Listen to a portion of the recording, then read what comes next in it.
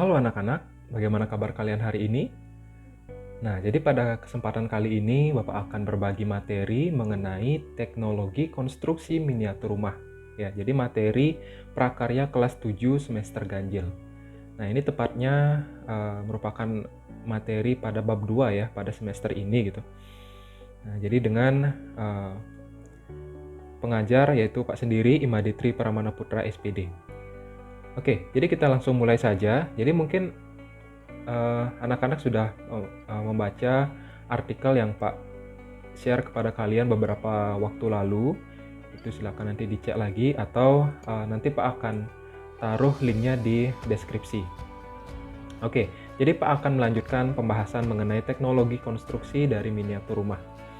Ya, nah jadi teknologi konstruksi. Konstruksi merupakan kegiatan membangun sarana. Oke, sebentar. Konstruksi merupakan kegiatan membangun sarana maupun prasarana untuk mempermudah kegiatan manusia.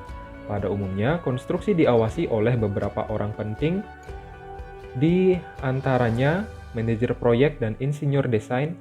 Kedua orang ini bertugas untuk melakukan pengawasan pekerjaan dari dalam kantor, sehingga pengawasan yang dilakukan adalah pengawasan tidak langsung.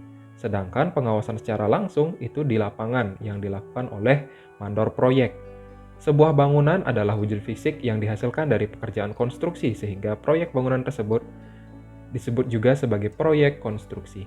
Nah, jadi kalau anak-anak perhatikan nih, jadi pada slide presentasi Bapak, ini sudah ada sebuah konstruksi ya.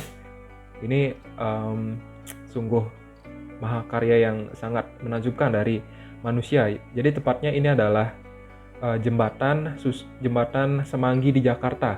Ya, jadi ini dipimpin langsung oleh Pak Ahok. Ya, nanti kalian bisa cari sendiri lebih lanjut di internet bagaimana itu jembatan dari Semanggi yang disusun oleh Pak Ahok. Ya, jadi ini sungguh luar biasa ya. Nah, jadi ini juga merupakan hasil dari teknologi konstruksi gitu. Oke, kita langsung next slide. Nah, perkembangan teknologi konstruksi.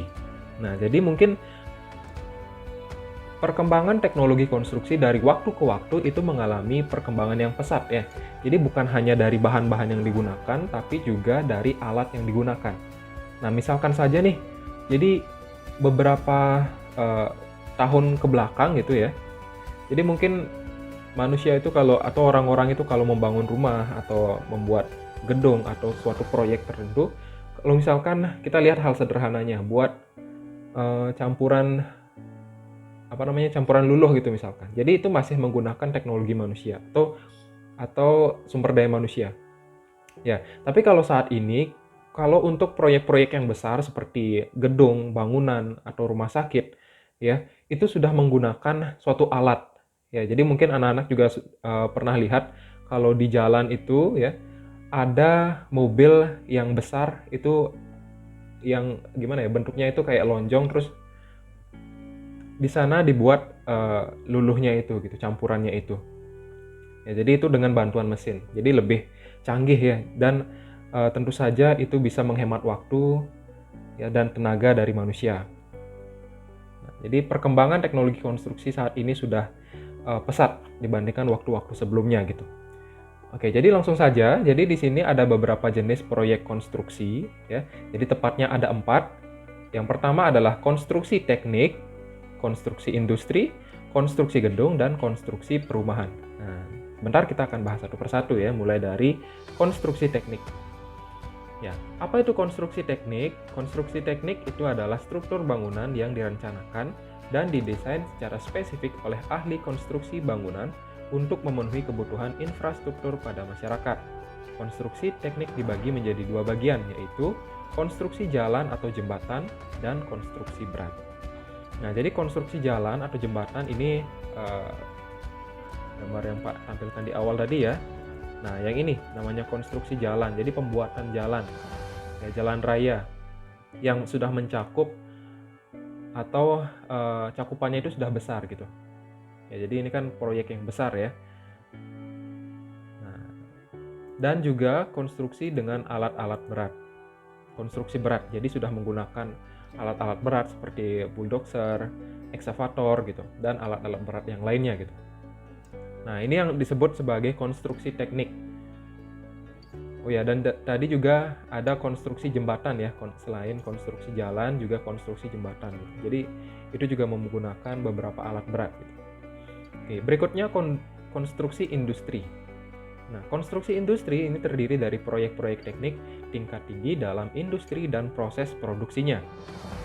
Dalam kegiatan ini tidak jarang seorang arsitek dan kontraktor berada pada satu perusahaan untuk melakukan desain dan melaksanakan pembangunan pabrik bagi pemilik. Contoh konstruksi industri adalah sebagai berikut. Nah, ini. Jadi artinya dalam membangun sebuah konstruksi industri, jadi tidak hanya dipimpin oleh satu orang gitu. Ya, jadi arsitek dalam hal ini ya, arsitek dan kontraktor itu bekerja sama. Ya, berada pada satu perusahaan untuk melakukan desain. Ya, jadi keduanya itu bekerja sama untuk menyusun atau merancang desain dan melaksanakan pembangunan pabrik bagi pemilik. Nah, jadi si pemiliknya ini mencari seorang arsitek dan kontraktor gitu. Ya, jadi pemilik perusahaan atau pengusaha tertentu itu mencari seorang arsitek dan kontraktor untuk menyusun rancangan yang akan dibuat. Ya. Jadi contohnya itu adalah konstruksi industri itu misalkan bangunan perminyakan dan juga pabrik pengolahan bahan tambang. Oke, berikutnya adalah konstruksi gedung. Nah, ini konstruksi gedung digunakan untuk pemenuhan sarana fasilitas umum, misalnya rumah sakit, rumah susun, bank, pusat perbelanjaan, dan sebagainya. Pelaksanaan perencanaan konstruksi bangunan gedung dilakukan oleh seorang arsitek dan seorang teknik sipil. Namun pekerjaannya ada pada teknik arsitektural. Nah, jadi mungkin di sini arsitek ini merancang desainnya gitu ya dan dibantu oleh seorang teknik sipil. Tapi pekerjaannya langsung di lapangan itu dilakukan oleh teknik arsitektural. Nah, jadi ada banyak jenis ya dari konstruksi bangunan itu. Jadi misalkan saja gedung rumah sakit ya. Jadi pembangunan gedung rumah sakit itu termasuk konstruksi gedung. Terus ini bank ya. Nah, ini bangunan bank ya, dan bangunan sekolah ini juga merupakan konstruksi dari gedung. Oke, kita lanjutkan lagi. Konstruksi perumahan. Nah, jadi yang namanya perumahan itu kan berarti bukan hanya satu rumah ya, tapi beberapa rumah gitu yang disusun. Konstruksi perumahan adalah suatu proyek pembangunan perumahan atau pemukiman berdasarkan pada tahapan pembangunan yang serempak dengan penyediaan prasarana penunjang. Jenis proyek pembangunan ini, perumahan atau pemukiman ini sangat membutuhkan perencanaan yang baik dan matang untuk infrastruktur yang ada dalam lingkungan pemukiman tersebut, seperti jalan, air bersih, listrik, dan sebagainya. Nah, jadi mungkin contoh sederhananya adalah bangunan BTN gitu ya.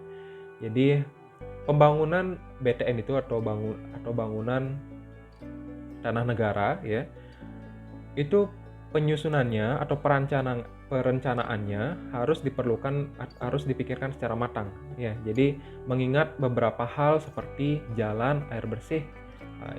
Jadi akses jalannya bagaimana, untuk ke BTN itu apakah jalannya mudah ditempuh atau jalannya itu rusak gitu untuk ke BTN itu. Terus airnya bagaimana, apakah menggunakan air PDAM atau air bor, air sumur bor maksudnya, dan apakah airnya itu bersih atau tidak.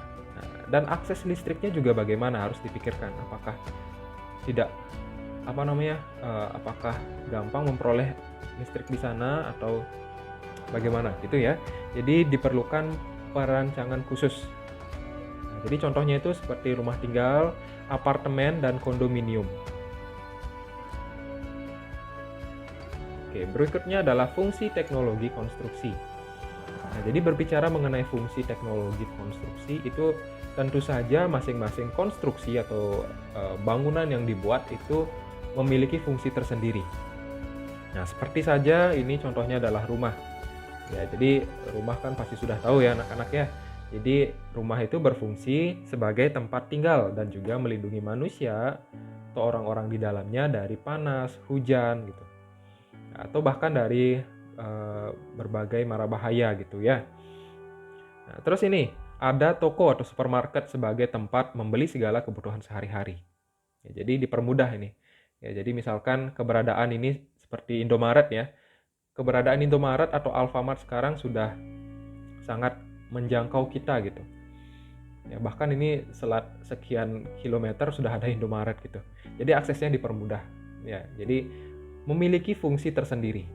Dan ini gambar terakhir ini adalah bandara atau airport sebagai tempat mendarat dan lepas landas dari pesawat terbang. Nah, kalau pesawat terbang dia punya bandara, kalau kereta api dia punya stasiun kereta api gitu ya, sama kayak seperti itu.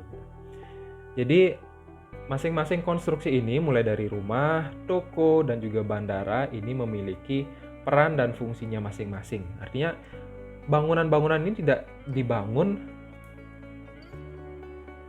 bukan tanpa alasan gitu. Nah, tapi memiliki fungsi tersendiri ya. Nah, membuat produk konstruksi miniatur rumah. Nah, jadi ini juga sering ditugaskan untuk anak-anak membuat miniatur rumah dari stik es krim.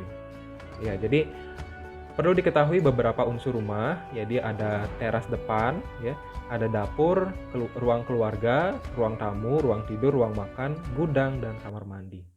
Nah, jadi poin-poinnya itu yang penting itu kan harus ada dapur kan pasti harus ada ya. Jadi terus untuk teras depan mungkin ada beberapa rumah yang tidak memiliki teras gitu, ya.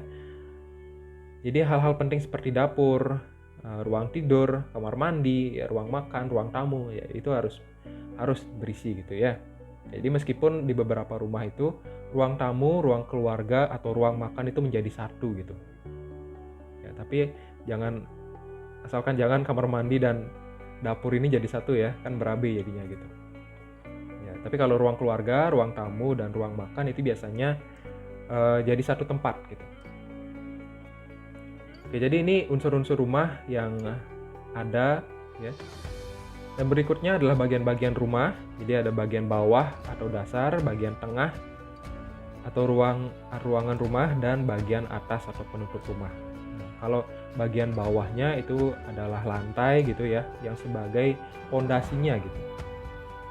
Terus kalau bagian tengah ya dindingnya ya, dinding. Terus bagian atasnya itu berarti plafonnya atau atapnya gitu. Nah, ini adalah contoh dari beberapa kerajinan rumah dari stik es krim. Ya, jadi nanti jika ditugaskan oleh guru ya, atau nanti kalau misalkan ada penugasan, silakan dibuat sekreativitas mungkin. Nah, jangan membuat seadanya saja gitu. Ya, nanti yang dibuat kayak kalau di Bali itu kan ada istilah sekepat atau bale bengong. Ya, itu bukan rumah namanya. Oke, jadi ya seperti ini namanya rumah, konstruksi miniatur rumah. Jadi yang namanya aja miniatur rumah gitu, berarti cerminan dari rumah yang sebenarnya. Tapi ini terbuat dari stik es krim gitu. Oke, mungkin itu saja materi yang dapat Pak sampaikan. Semoga apa yang Pak sampaikan tadi dapat diterima dengan baik. Baik, Pak tutup presentasi kali ini. Semoga bermanfaat. Terima kasih.